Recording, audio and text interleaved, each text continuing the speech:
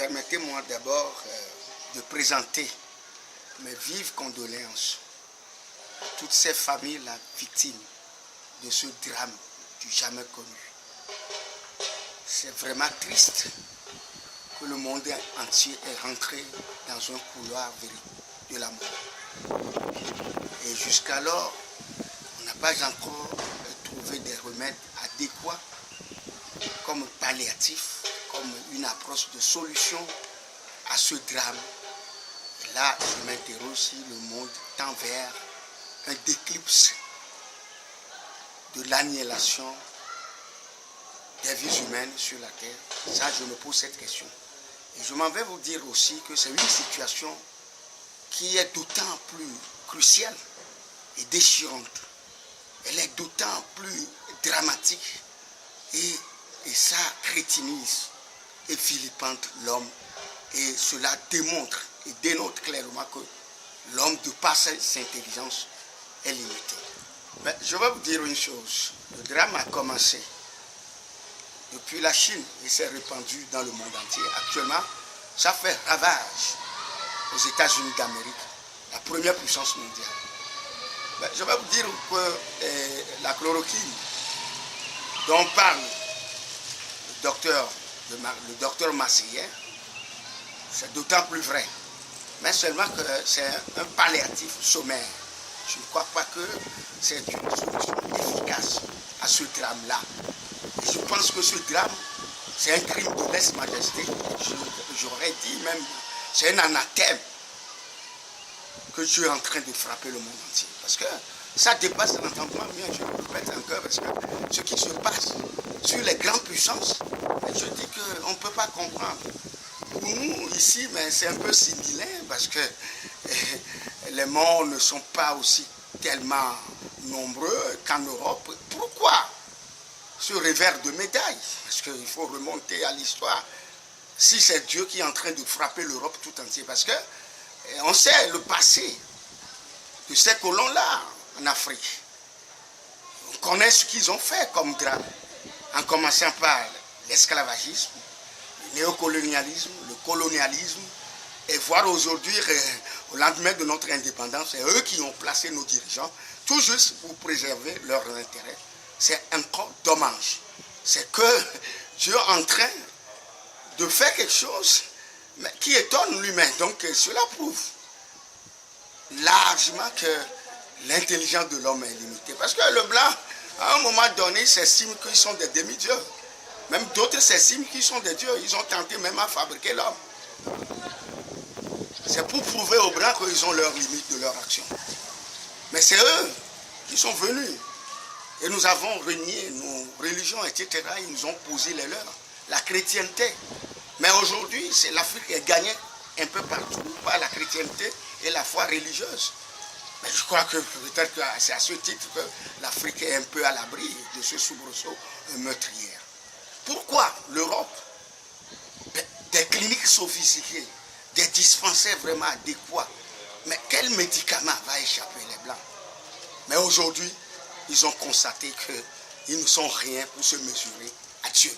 Mais je crois que c'est une question de foi. Et moi, je le dis, si cette maladie allait me frapper, il n'a qu'à me frapper. Parce que je ne suis pas aussi à l'abri des péchés. Et je crois que bon nombre de ces pasteurs-là, un peu partout, en Amérique, tout ça, là, il le dit, que c'est un anathème, c'est manque de foi, ne pas avoir confiance en Dieu. À un moment donné, les gens sont devenus des apostats, les gens ont renié, abandonné Dieu. Mais c'est ça, hein, en quelque sorte. Mais tout ça, là, c'est une approche de solution visant à nous soulager, visant à nous reconforter, visant quand même à corriger nos mœurs, etc. Non, c'est une question aussi pertinente. Vous voyez, nos dirigeants doivent s'assagir. Ils doivent comprendre que l'intérêt de l'Afrique, c'est pour l'Afrique. Et tout ce qu'ils doivent faire, ça doit être diligenté dans la direction, dans l'avantage des Africains. Mais ils pensent que s'ils sont en collimation avec les Européens, qui sont des pourvoyeurs, des pilleurs de nos ressources, que ce serait une stratégie pour eux de s'éterniser et de rester au pouvoir. C'est tellement malin. Et ils oublient ce qu'ils doivent réaliser. L'Europe n'a rien. Toutes les ressources viennent de l'Afrique. C'est pourquoi le seul titre que nous avons de prépondérance internationale est que l'Afrique demeure et demeurera toujours le berceau de l'humanité. Tout vient de nous. Les Blancs viennent de nous. Enlever notre peau noire et tu verras la peau blanche. Ils n'ont pas le droit de nous crétiniser, de nous vilipender, de marcher sur nous et marcher sur notre intérêt. Mais j'aurais même pu dire que mais ce virus-là, c'est fabriqué par eux-mêmes pour injecter en Afrique, pour nous tuer, pour nous éliminer, nous diminuer. Et là, ils vont trouver un boulevard pour nous exploiter. Mais le mal s'est retourné contre eux parce que Dieu sait faire les pouvoirs. Mais je ne le dis pas avec certitude, mais c'est une supposition. Et je crois qu'aujourd'hui, jusqu'à aller en Amérique, ils doivent imaginer beaucoup parce qu'il y a des grands penseurs exponentiels qui ont de grands cerveaux, des têtes bien faites. Aujourd'hui, ils sont dans un méandre, un ex-silo. Ils ne peuvent rien faire.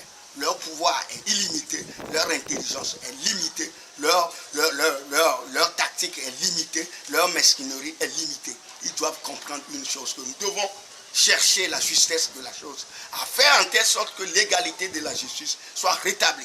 Et nous devons voir le Seigneur en face pour aborder avec probité morale l'évangile d'eau et d'esprit et reconnaître que Dieu, c'est le tenant et l'aboutissant de toutes choses sur cette terre. Mais je vais te dire que cette situation qui prévaut, tout le monde entier est dans le couloir de la mort.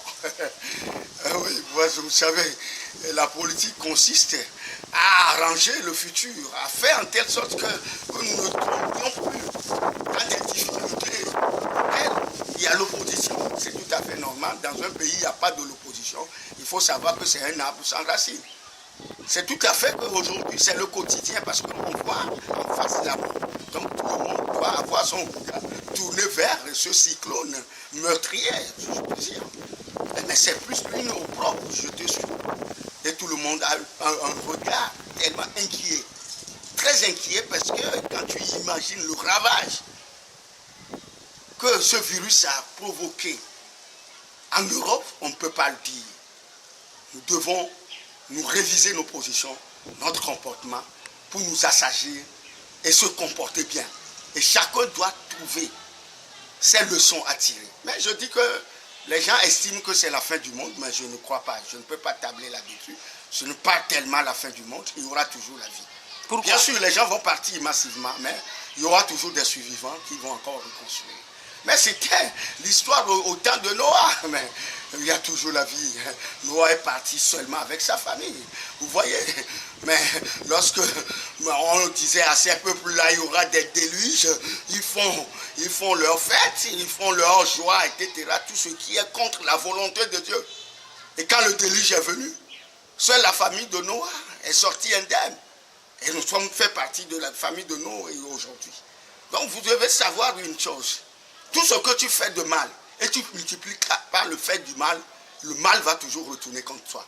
Nous devons avoir le cliché. Dieu nous a recommandé d'avoir l'amour des uns et des autres. Et ça, je le dis envers nos dirigeants qui croient qu'aujourd'hui, s'extasier au pouvoir, etc. Non, mais ce n'est pas une bonne chose.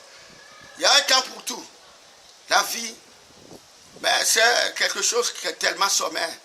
Et je vais te dire que tout dépend de l'éducation.